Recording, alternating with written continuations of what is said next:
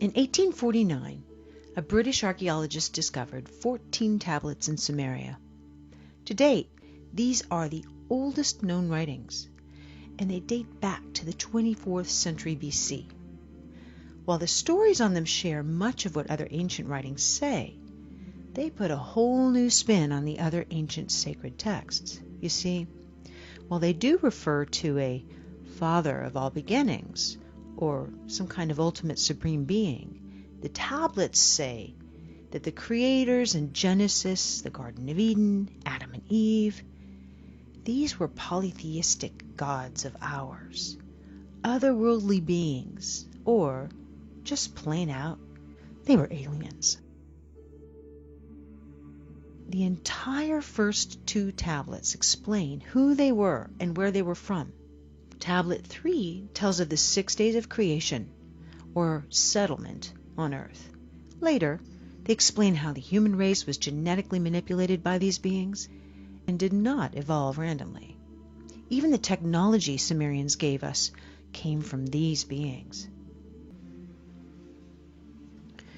According to the Sumerian tablets, 445,000 years ago, creator gods, as they call it, came to Earth. The only inhabitants of Earth were wild and undomesticated animals, and early ancestors of man. These beings were called the Anunnaki, which means those who from heaven to earth came.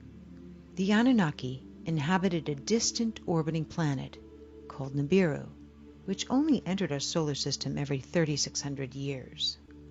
They describe Nibiru as many times the diameter of Earth and abundant with iron oxide, making its rivers and lakes appear red. Now, a side note about Nibiru. According to the tablets, Nibiru's atmosphere began to deteriorate and become a hostile place for life, and in order to restore it, the Anunnaki needed one important element for their atmosphere: gold. Now, when the Anunnaki arrived, they were capable of living lives that spanned hundreds of thousands of years. They created a mining settlement they called Eridug, Earth Station 1, in the Persian Gulf, under a leader named Enki. The tablets convey, after a kingship descended from heaven, it was in Eridug. These visitors were not alone. They brought another extraterrestrial race with them. They were called the Igigi, and they worked as their slaves. The Igigi were considered inferior. They served the Anunnaki by mining gold. As civilizations grew, the Igigi endured crushing labor. And these stories are consistent with Babylonian tablets from the 18th century BC. When the gods, manlike, bore the labor, carried the load, the gods' load was great, the toil grievous, the trouble excessive. The great Anunnaki made the Igigi undertake the toil. After many centuries, the Igigi rebelled, mistakenly believing they could overcome these oppressive masters. Their defeat almost completely annihilated their race, leaving the Anunnaki without a workforce.